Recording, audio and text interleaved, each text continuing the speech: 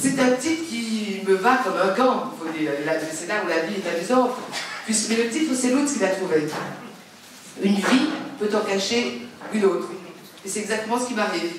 Ma vie de journaliste est légèrement dans l'ombre par cette nouvelle vie que je commence.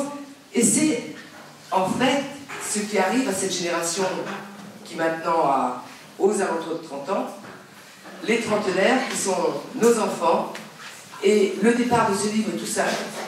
Il part de notre propre perception de la réalité, puisque nous avons, j'ai 2 enfants de 30 ans, de la trentaine bientôt, c'est qu'ils ont des diplômes, ils se sont programmés pour entrer dans une vie accomplie comme leurs parents, leurs grands-parents, des gens qui ont réussi à avoir un tout petit bout de déclaration sur un papier certifiant qu'ils possédaient un brevet élémentaire.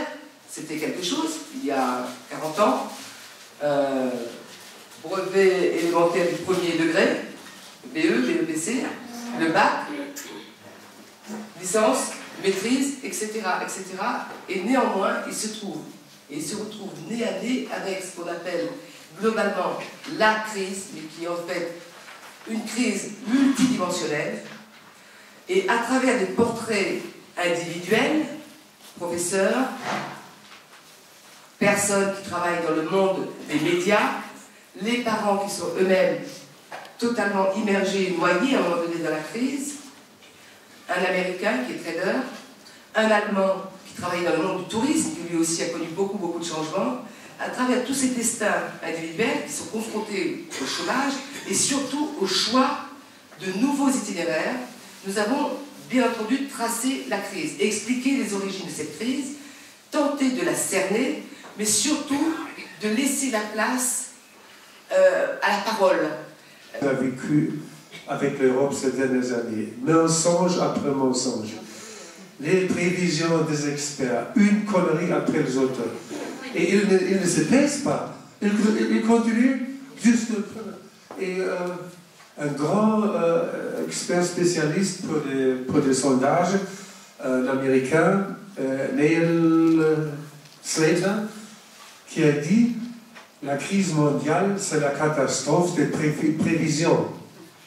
Un petit exemple, il y a quelques semaines, notre chancelier, je suis allemand, chancelier allemande Angela Merkel parle de la crise d'Europe et elle dit le pire est avant nous, devant nous. Le même jour, François Hollande à Paris déclare le pire est derrière nous. Que ce sont des événements tels que divorce, perte d'emploi, déception en amitié, et aussi choc de deuil qui nous amène à nous poser des questions et à se demander est-ce que je continue ou est-ce que je recule. Je reviens là-dessus parce que dans ce livre, il y a bien sûr beaucoup de nous deux, de nos propres chemins. Et je dirais que c'est la suite logique du tout premier livre que j'avais écrit toute seule, avec quelques conseils de Lutz, bien évidemment, sur la manière d'écrire, et qui s'appelait Tête haute. Cette fois-ci, c'est Tête haute pour les autres. Et quand je dis que nous avons mis beaucoup de nous deux, il a fallu raconter à l'appui de certains points de vue, redire quelques éléments de nos propres parcours. Et quand tout à l'heure, Lutz vous parlait de la manière de surmonter les événements les plus douloureux de l'existence, il sait de quoi il parle. Il ne vous le dirait peut-être pas d'emblée, mais puisque c'est écrit d'une façon très succincte, c'était plus présent dans ce livre-là, mais dans le dernier, oui, aussi là, mais dans le dernier, il mentionne la perte de sa fille, dans un accident de voiture. Il ne voulait pas en parler à l'origine, parce qu'il avait peur que ce ne soit pas décent, bon, et puis c'est douloureux de parler de ça. Et moi, je l'ai encouragé à le faire. Parce que, hélas, après, il y a eu un autre deuil de notre famille, c'est ma soeur qui a perdu un enfant d'un cancer. Mais, à 30 ans. Mais voilà sur quoi nous nous sommes appuyés. Il ne faut pas dire, ça c'est pas pour moi. Reconquérir ma place, je n'y arriverai pas. Puisque quelqu'un qui a réussi à surmonter une telle horreur a quelque chose à dire quand même. Donc c'est aussi une leçon pour moi personnellement, et même si j'ai eu l'occasion et eu la chance de traverser le monde en long, en large, et surtout dans les endroits où il y avait beaucoup de soubresauts, auprès de ces jeunes, j'ai beaucoup appris. Et l'autre jour, lorsque nous étions à Nîmes, c'était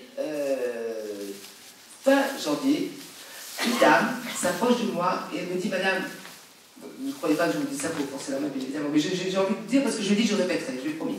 Elle m'a dit, madame, moi j'ai 2 enfants, mes 2 enfants ont lu le livre, et je peux vous dire, madame, qu'ils devraient être remboursés par la sécurité sociale parce que c'est un livre thérapeutique. Et c'est absolument sincère et vrai. Donc je le dis, et ça serait un bon argument pour vous de votre librairie, c'est un livre thérapeutique. Je n'avais pas pensé, elle y a pensé. Bonjour et merci. Bonjour. Parce que c'est un honneur de vous rencontrer. Merci. Je voulais vous dire que c'est la première fois qu'on vous voit ensemble, en ce qui me concerne, donc c'est rare. Et qu'à la suite de la lecture de ce livre, j'ai senti cette souffrance extrême à chaque page.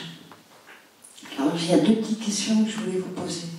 La première, c'est cette empathie que vos personnages ont les uns pour les autres, qui est pour moi proche de vous, Madame Herman.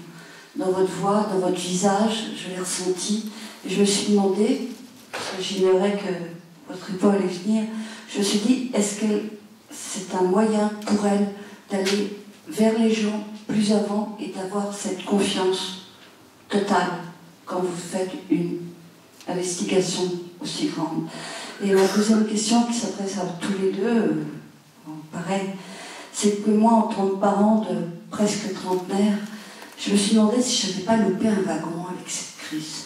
Je me suis dit, mais bon sang, on ne l'a pas vu arriver. Est-ce que j'ai pas loupé quelque chose? Est-ce que j'ai assez dit à mes enfants qu'il fallait avoir du courage, il fallait avoir les yeux grands ouverts, il fallait pouvoir s'en sortir, que le plaisir immédiat, c'était pas tout le temps, et que cette crise, on ne l'a pas vu arriver. Et moi, je me pose des questions en tant que maman de filles qui vont avoir 30 ans, et je me dis, est-ce que j'ai été à la hauteur face à cette crise? Je vous remercie.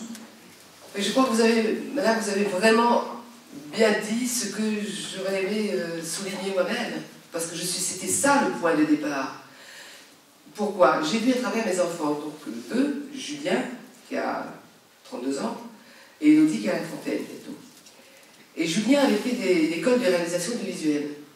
Il a travaillé notamment avec quelqu'un pour laisser de nom en tout cas, qui est Fogiel, comme petite main, malgré son diplôme, à tout faire. Hein. Et c'était le premier qui est arrivé et le dernier à partir. Et il a travaillé ensuite à Canal+, avec Daphné Roulier, sur le cinéma. Et un jour, après, il était en stage en 2003, donc 2004 il a commencé. Et 4 ans après, je voyais qu'il dépérissait un peu. Mais on le félicitait, il disait que tout allait bien, etc. Il est tombé très malade à un moment donné. Et puis l'année d'après, il m'a dit, écoute maman, je n'aurai jamais les opportunités que tu as eues, j'arrête. Et je lui ai dit, mais tu vas faire quoi? Tu vas être au chômage? Oh, c'est pas possible, tu as du boulot là comme ça, même si c'est précaire. Ah bon, tu fais quoi?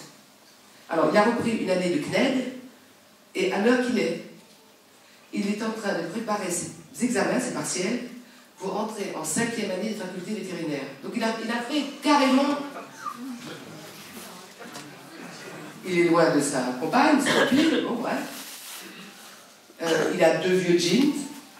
Je lui dis, Julien, je t'achète des chaussures. Non, j'ai tout ce qu'il faut. Il faut payer le studio, etc. Mais maintenant, il s'accroche. Elodie, elle, fille brillante, elle a été au chômage. Elle n'a pas été trop tracassée d'être au chômage. En tout cas, elle ne le montrait pas. Elle a retrouvé du travail. Mais on voit bien que c'est précaire, c'est fragile, et puis bien sûr, comme il y a énormément de jeunes comme ça, les places sont très rares, et je me rends bien compte que c'est l'oiseau sur la branche, quoi. Par mes 2, j'ai rencontré des copains et copines, et par les copains et copines, on a rencontré plein d'autres, plus ce club de sport à Hossegor. L'autre, c'est beaucoup d'amis qui font du surf, du ceci, du cela. Donc tout ça, ça fait ce vivier de gens. Donc vos enfants, Quand vous me parlez de vos filles, moi j'ai l'impression de les connaître, parce que j'en ai vu énormément. Et je connais également ce que vous... Je sais également ce que vous ressentez, puisque je ressens la même chose. Et c'est pas un surcroît de culpabilisation, mais c'est quand même... Est-ce que nous avons pris les bonnes mesures? Mais comment aurions-nous pu prendre exactement les bonnes mesures, puisque nous ne savions pas, lorsque nos enfants ont commencé à faire des études supérieures, que tout le système allait menacer de s'écrouler. Alors qu'est-ce qu'il vaut mieux faire maintenant? Pleurer? Ça sert à rien. Ou alors on pleure un bon coup, on pleure de temps en temps, mais pas tout le temps. Pas tout le temps, parce que pleurer tout le temps, ça ne fera pas avancer. Et de surcroît, je te passe le micro à l'autre, de surcroît j'ai eu aussi toute l'aide de tous ces gens que j'ai rencontrés dans tous ces pays en vrac. Et tous ces civils, presque tous, m'ont donné des leçons de courage absolument étonnantes. Vraiment. Il y a eu un nombre incalculable de fois où moi j'avais envie de pleurer, j'avais l'impression que je n'arriverais pas au bout de l'interview, et les gens, eux, qui avaient déjà essuyé 3-4 ans de guerre, perdu des membres de la famille, ils étaient debout.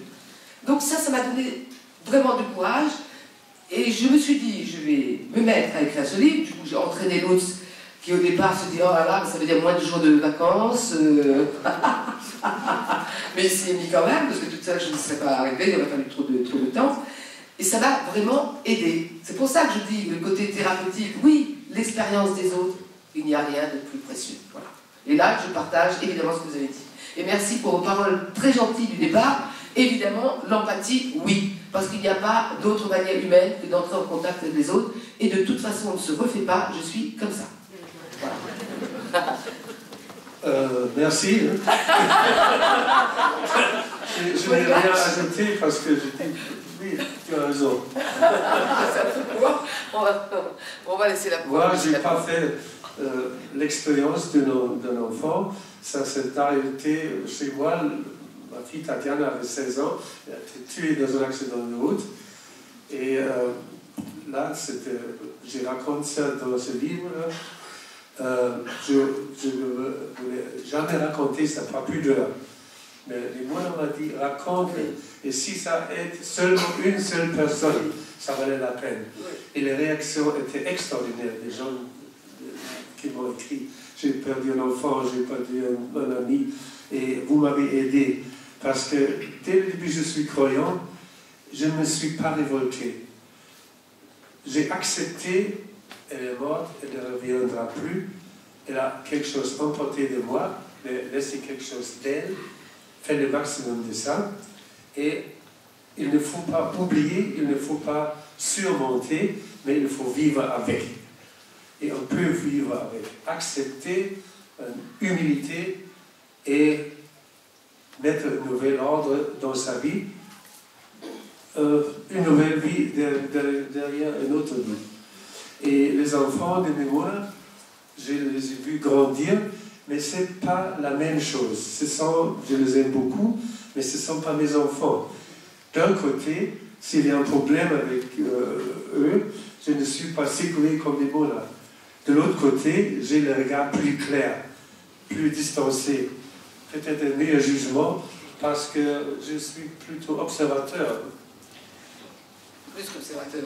C'est vrai que quand on voit trop près, et c'est le cas de nous, avec nos enfants, on les regarde trop près, on ne les voit plus. Alors c'est vrai qu'avoir un regard un peu distancé peut davantage les aider. Die französische Fantasie. Comment vous avez cohabité avec tous ces... Juste une chose avant que j'oublie, un joueur militaire français m'a dit « Oh, les Allemands, oui, d'accord, ils font tout le temps des plans, mais ils perdent toutes les guerres. » Je dis toujours la vérité. C'est l'écran de madame. Et elle commence à le massacrer.